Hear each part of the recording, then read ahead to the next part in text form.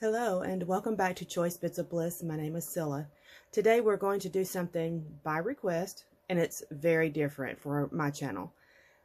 My niece, to my great delight, has begun junk journaling, and she has a lot of questions about memory keeping, and so we've been, oh my gosh, this just makes me so excited, and I feel like it is a huge, because have been the only one in my family, and I have a large family who plays with paper, and for her to be interested in anything paper crafting just delights my soul. I love it so much. So we've been chatting quite a bit lately.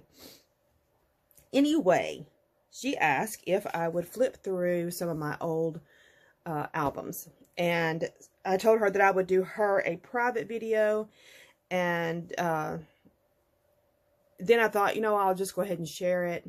I'll just select certain layouts, and I'll hide the people that I can't share. So this is my very first album, and I will go ahead and tell the story, because we do this from time to time in the Facebook groups. We tell our origin stories. Doesn't that make us sound so fancy? Anyway, in 1999, my ex-husband's aunt invited me to go with her to someone else's Creative Memories party. I had plans, so it didn't sound interesting to me the way she described it, and I was just like, I can't. I just decided not to go. I remember that it was in the summer of 1999 when she invited me, and she came back. She couldn't say enough good things about it. I mean, she fell hook, line, and sinker in love with scrapbooking. So she signed up to have a party at her house.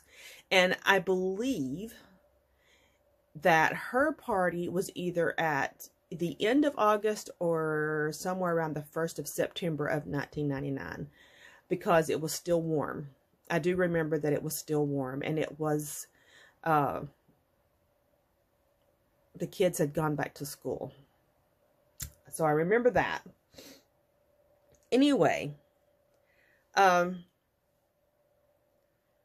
we were told to bring 5 photos, and that was it. Just bring 5 photos. And that we were going to create with what the demonstrator gave to us.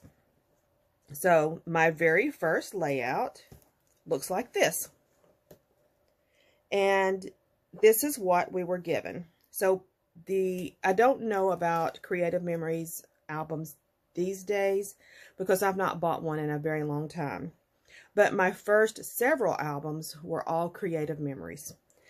Back then, you got these page inserts that were already in there, and they're not 12 by 12. So you had to cut paper down if it was 12 by 12, once 12 by 12 became a thing. Creative Memories had paper that was 10 by 12, I believe. And that's what we worked with. These sleeves just slide on this way to protect your pages. So I took 5 photos, and I used 4 on my layout. And for the very first layout, with guidance, it's not horrible. As you can see, we were also allowed to use some decorative cutting scissors.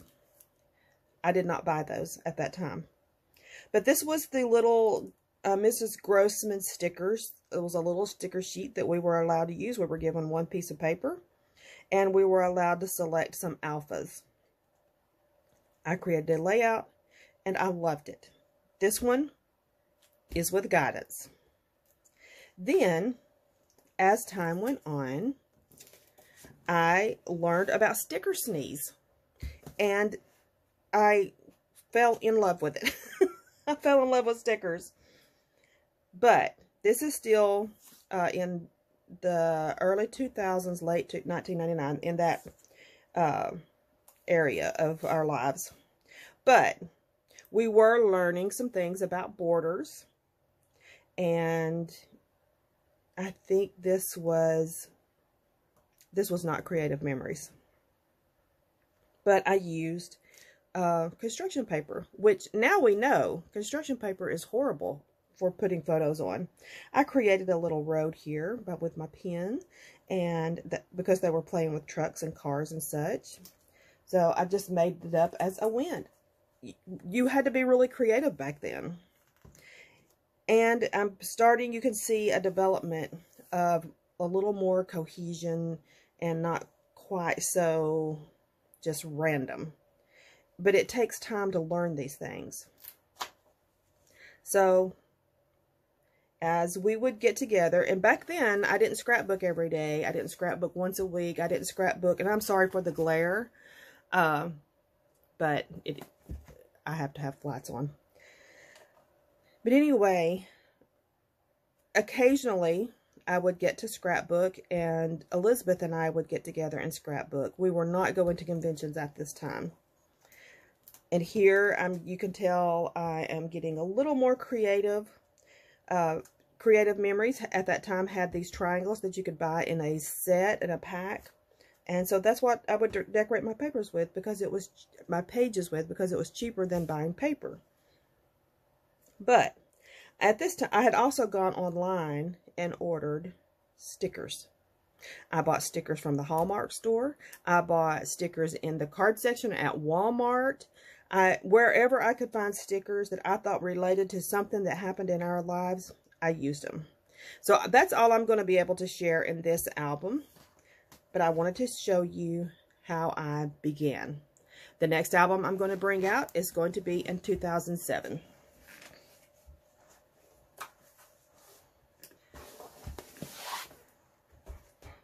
All right, here we go.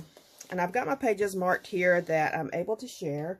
So let me make sure I flip to those. One of the things that I love as time went on, and I'm getting deeper into the scrapbooking lifestyle. By this time, we were going to conventions. We were traveling to Birmingham. Now, we lived in North Alabama, and we would travel to Birmingham. There was a group of scrapbookers there, and about every 2 to 3 months, we would get together with them, even do overnight things. So we were living the life of scrapbooking. In 2004, I had joined the 2 Peas in a Bucket group, and honestly can tell you that my style and my understanding of design started really picking up after I joined 2 Peas in a Bucket. Having community matters. It helps tremendously. One of the things that I absolutely love, and all of this paper, I reckon it is Chatterbox. I love the Chatterbox so much. Except for this one. This one is, oh my gosh, my brain just went blank. It's not Daisy D. My brain just went blank. And I can see that, oh crap. Anyway, that's not important. One of the things that I absolutely love is my journaling. So when I went back and started reading the journaling, I'm going to read this to you because this is what my boys are interested in. They want to read the stories about themselves, their memories. They want to see the photos of themselves when they were little. And the reason I know that is because they've told me. This is the stuff that they like. So this is the journaling on this page, and the title is called Drums. We bought our boys gifts for Christmas. In spite of that, for several days, all Garrett really wanted to play with was his drums. And as you can see, it's just folding chairs. I'm not sure how this drum set came into being. This captured his imagination and raised our roof. I can't say we were upset when his attention was caught by a new delight. The photos are much quieter. But these are the things that at this period in his life were important. And these photos were taken in January of 2007. He was still using a sippy cup. My little fella. And his toys are all stacked. The Christmas tree still there. The toys are all stacked up there on the fireplace hearth. So let's see if we can flip again. So this is my boys. I called it the Kings of Clean. And these are rub-ons. Are you able? I'm not even in frame. You can't even see that. So these are rub-ons from Making Memories. I had discovered Hobby Lobby by now and was so in love. But my boys were helping me clean and do laundry. And so I journaled about that a bit. And this is Garrett's. Love that little quirky smile. This is Garrett's little baseball team. And this is one of his game days. This paper back here is Daisy D's. And I just used black cardstock from Hobby Lobby. It's textured. And the first time I had textured cardstock was from Hobby Lobby. And then more. So we're bringing in techniques that we're learning at that time. Where I used paint from Heidi Swapp. And I trimmed out. Now this was with a template. I trimmed out the interior because there were no die cutting machines at this time. And I just trimmed out the interior to make myself a border all the way around. And I did some paper tearing. I did paint swaps behind my photos here. That was also Heidi Swapp paint. Paint here that I used to make the brackets. And then these are canvas titles. I can't remember what brand those are. But as you can see, my style is definitely a little more developed. This is a Making Memories frame. No, not Making Memories. Why is my brain just leaving me? Good gravy. Let me pause. My mind's eye. It's my mind's eye. Goodness. So the little fella had gotten out of the pool. He did not want to pose for a photo. And instead of going really along with the colors that are in the things that he has on, I decided I had to use this. And I had to use this bright orange paper. And it's okay. These photos I love because they just highlight his bright blue, his blue eyes. My little one loved to dress up. He loved to dress up. Oh, I can't show that one. Let's flip to here. This is another thing that my boys want to remember. Garrett had, he called things different than what they actually are. So instead of calling it a trampoline, he called it a jumpaline. And this is when the boys had gone over to our neighbor's house. This photo here, they had pulled his shorts down while he was on the jumpaline. And this is one of his eye doctor appointments. Once again, chatterbox here. Okay, and we've got, this is my mind's eye.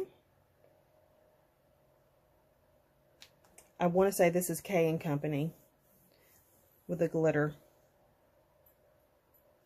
And this up here is Die Cuts with a View. So I'm just bringing in different things.